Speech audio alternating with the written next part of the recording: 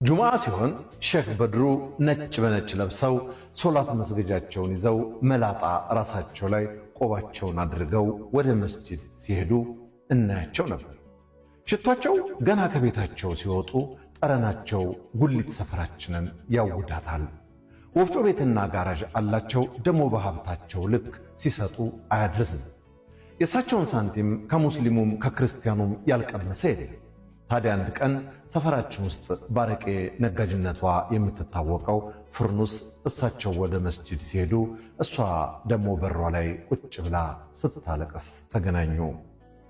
ፍርኑስ ካረቄ ነጋጅነቷ በላይ ሴተኛ አዳሪም ስለሆነች የሰፈሩ ሴት ይጠላታል። ደሞ ኤችአይቪ ያለባት እያሉም ያሰሩባታል። ከሰፈሩ ዝቅ ብለው የሚያናግሯት ሼህ በድሩ ብቻ ናቸው። አንዳንዴም የሆነች ነገር ሸጎጥ አርገውላት ላመል ትንሽ መክረዋት ይሄዳሉ።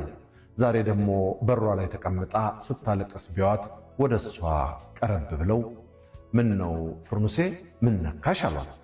አይ ጋሼዋ ደከመኝ አሁንስ አለች ሳግ እንቅንቅ እያደረጋት። ምኑ ፍርኑሴ ብለው ጠየቋት።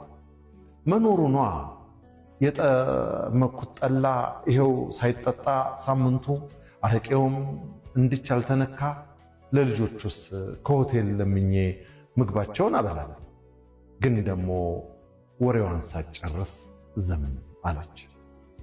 ግን ምን ፈርኑሴ ኪዳነ ምሕረት መድረሷ ነው ጋሼዋ።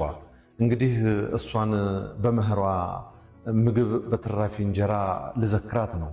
ቃል አለኝ ቀኗን ዝንፍ ላላደርግ ዘንድሮስ ከበደኝ አለች። አሁንም ንፍጧን ለማውጣት ካፍንጫዋ እየታገለች።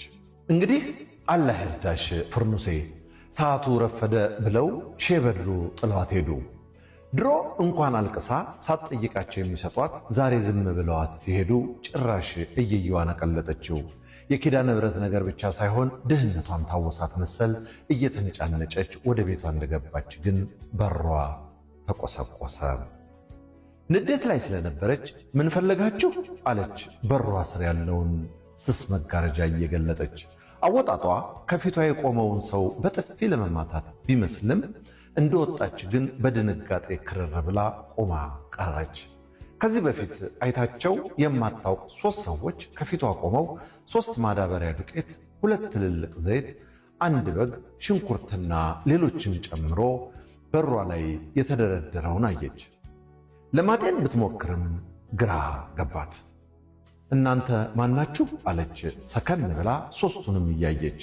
ከ3ቱ ወጣቶች አንዱም ፈጠን ብሎ የሼህ በድሩ ሰራተኞች ነን፣ ችግርሽን ሰምቼ ያለፍኩት ቆሜ ባወራሽ ሶላት ሰዓት እንዳያልፍብኝ ነው ብለውሻል ብለዋት ሄዱ።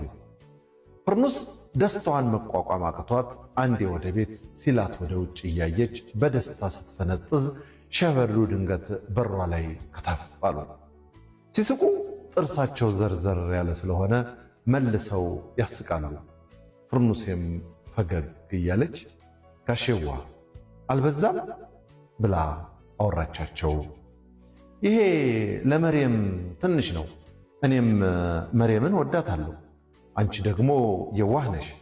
አንቺ ተቸግረሽ ማየትም አልወድም። እኔም ሴት ልጅ አለችኝ።